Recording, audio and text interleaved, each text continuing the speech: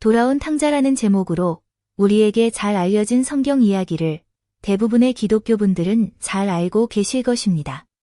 탕자에게도 그가 돌아갔을 때 반겨주는 아버지와 돌아갈 집이 있었습니다. 이렇듯 돌아갈 집이 있다는 것은 언제나 기분 좋고 포근한 느낌일 것입니다. 그러나 성경에서 보여주는 예수님의 집은 우리의 느낌처럼 그런 포근한 안식처만은 아니었던 것 같습니다. 누가복음 9장 58절에 예수께서 이르시되 여우도 굴이 있고 공중에 새도 집이 있으되 인자는 머리 둘 곳이 없도다 하시고, 이번 영상에서는 예수님이 그 당시 사셨던 집에 관해서 성경을 바탕으로 알아보겠습니다. 먼저 이 땅의 구원자로 오신 30살이 넘으신 예수님이 거주를 위한 집을 가지고 계셨을까요? 어머니와 동생들이 예수님을 찾아오신 것으로 보아 예수님이 어머니 마리아를 떠나 어디선가에서 따로 거주하셨던 것으로 보이십니다.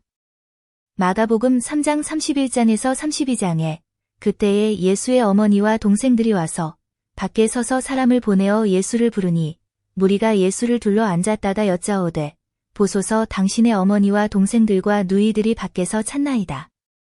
누가복음 8장 19절에 예수의 어머니와 그 동생들이 왔으나 무리로 인하여 가까이 하지 못하니, 많은 사람들로 인해 발 디딜 곳도 없어 보이는 예수님의 집으로 심지어 친족들은 예수님을 붙들러 옵니다.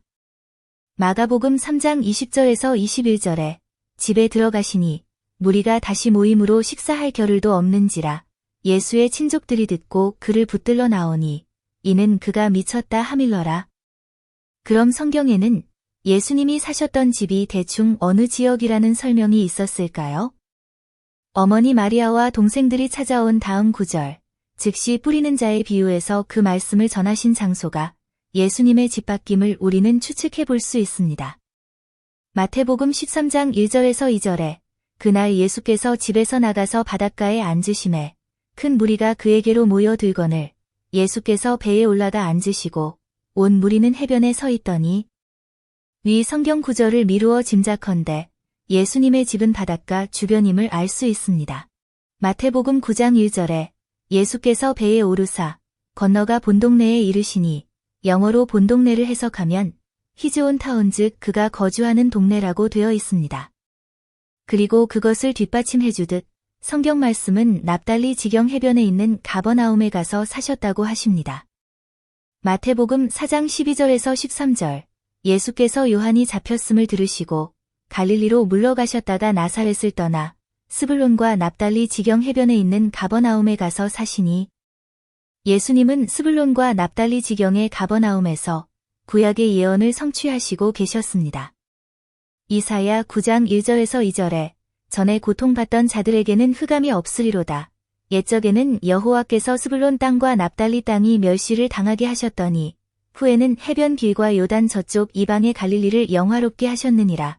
흑암에 행하던 백성이 큰 빛을 보고 사망의 그늘진 땅에 거주하던 자에게 빛이 비치도다. 그리고 성경은 이때부터 예수님이 천국을 전파하셨다고 말씀하십니다. 성경에 따르면 제자들을 만나기 전부터 예수님은 이미 그 집에서 살고 계셨다는 것을 알 수 있습니다. 마태복음 4장 17절에 이때부터 예수께서 비로소 전파하여 이르시되 회개하라 천국이 가까이 왔느니라 하시더라.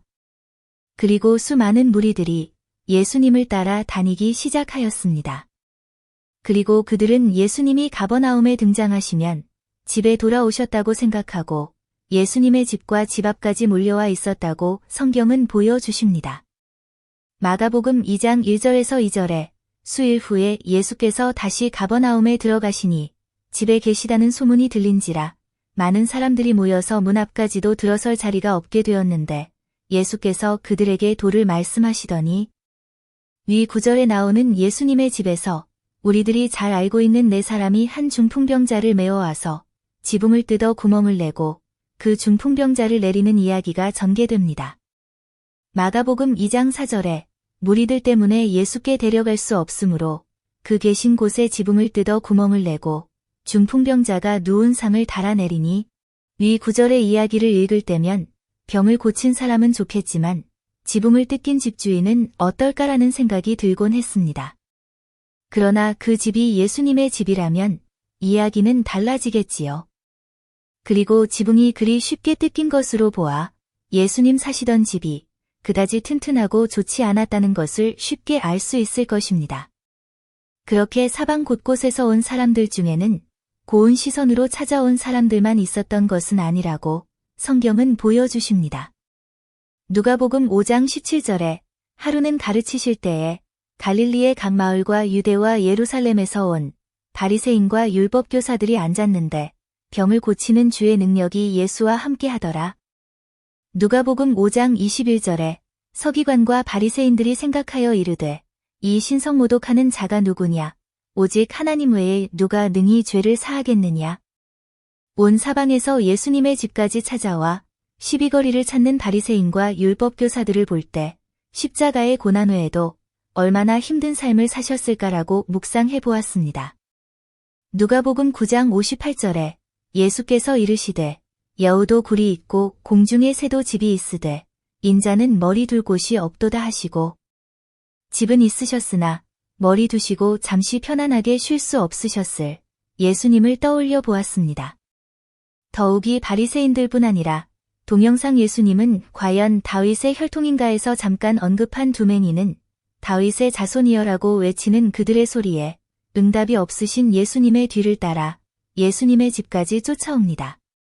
마태복음 9장 27절에서 28절에 예수께서 거기에서 떠나가실새 두 맹인이 따라오며 소리질러 이르되 다윗의 자손이여 우리를 불쌍히 여기소서 하더니 예수께서 집에 들어가심에 맹인들이 그에게 나아오거늘 예수께서 이르시되 내가 능히 이 일 할 줄을 믿느냐 대답하되 주여 그러하오이다 하니 또한 예수님의 집은 예수님이 대중 앞에서 전한 말씀을 잘 이해하지 못한 제자들이 예수님께 자세한 설명을 다시 듣는 가르침의 장소였습니다.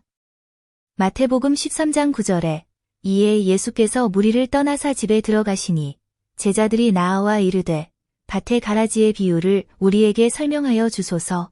마태복음 17장 25절에 이르되 내신다 하고 집에 들어가니 예수께서 먼저 이르시되 시몬아 내 생각은 어떠하냐? 세상 임금들이 누구에게 관세와 국세를 받느냐? 자기 아들에게냐 타인에게냐?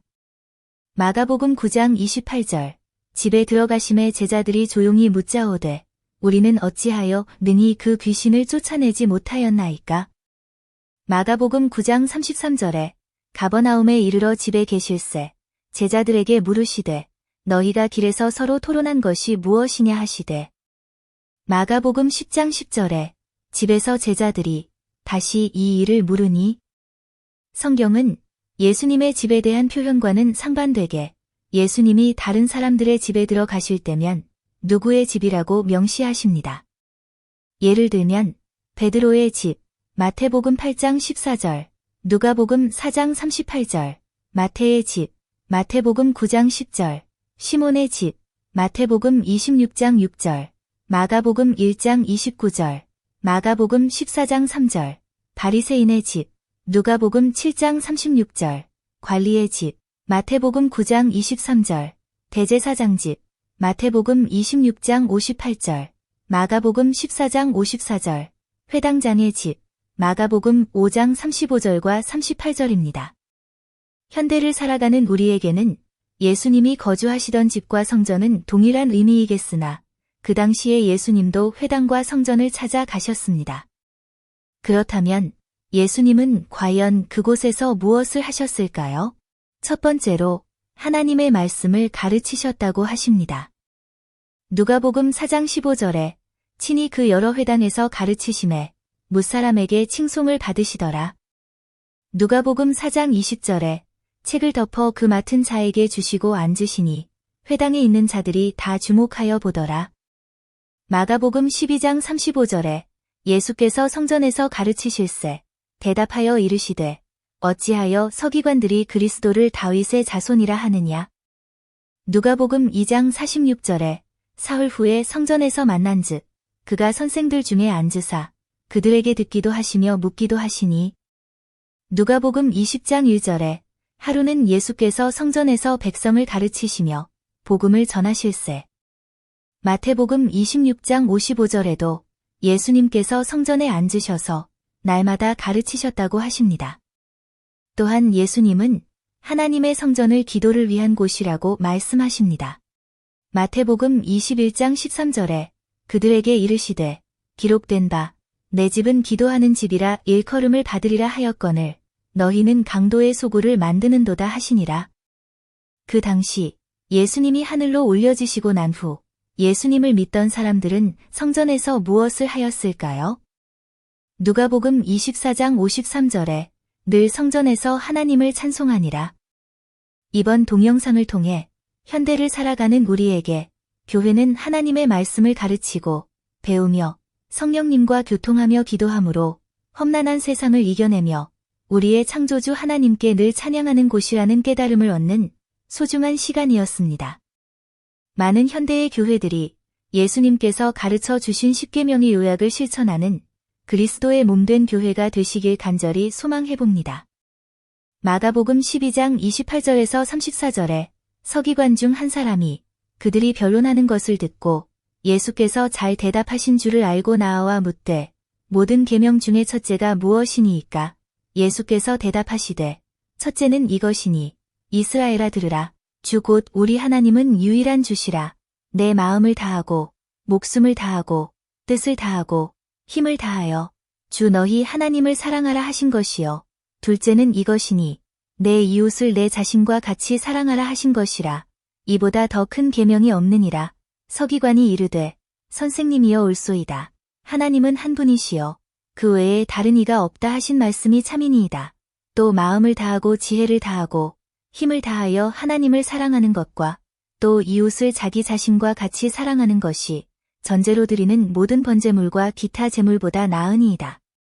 예수께서 그가 지혜 있게 대답함을 보시고 이르시되 내가 하나님의 나라에서 멀지 않도다 하시니 그 후에 감히 묻는 자가 없도다. 감사합니다.